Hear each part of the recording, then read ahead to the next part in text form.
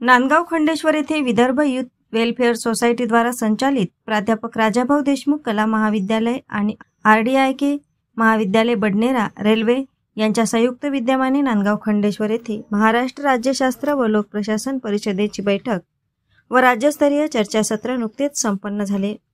समारंभाच्या अध्यक्षस्थानी ॲडव्होकेट उदयराव देशमुख तर प्रमुख अतिथी म्हणून प्राध्यापक हेमंत देशमुख, प्राध्यापक वकील शेख, प्राचार्य मनोहर पाटील, प्राचार्य प्रमोद पवार, प्राचार्य विलास आवारी, प्राचार्य विठ्ठल दैफळे, प्राचार्य विलास आघाव, प्राचार्य लियाकत खान, प्राचार्य सुभाष गवई, प्राचार्य संदीप दुंडुरवार, प्राचार्य रीता धांडेकर, प्राचार्य संदीप काळे, प्राचार्य प्रशांत विघे, प्राचार्य संतोष कायंदे, प्राचार्य विनोद गायकवाड, प्राचार्य प्रिया बोचे प्रामुख्याने उपस्थित होते।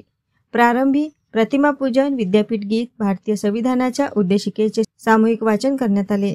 कार्यक्रमाचे संयोजन सचिव प्राचार्य प्यारेलाल सूर्यवंशी यांनी स्वागत व प्रास्ताविक भाषण केले। 41व्या राष्ट्रीय अधिवेशनाचे अध्यक्ष प्राचार्य वकील शेख यांनी मनोगत व्यक्त केले। राज्यस्तरीय चर्चासत्राचे बीजभाषक प्राचार्य विठ्ठल दैफळे यांनी भारतीय संविधानाची अमृत महोत्सवाची वाटचाल, शोध आणि बोध या विषयावर विचार मांडले।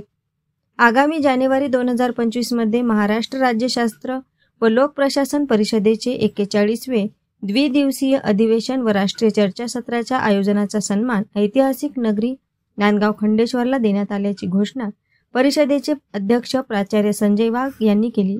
सचिव प्राचार्य संभाजी पाटील व सहसचिव प्राचार्य वकार शेख यांनी सूचक अनुमोदन करून कार्यकारिणीच्या बैठकीत एकमताने या संदर्भात निर्णय घेण्यात आला। बैठकीला महाराष्ट्रातील विविध विभागातील प्रतिनिधी उपस्थित होते।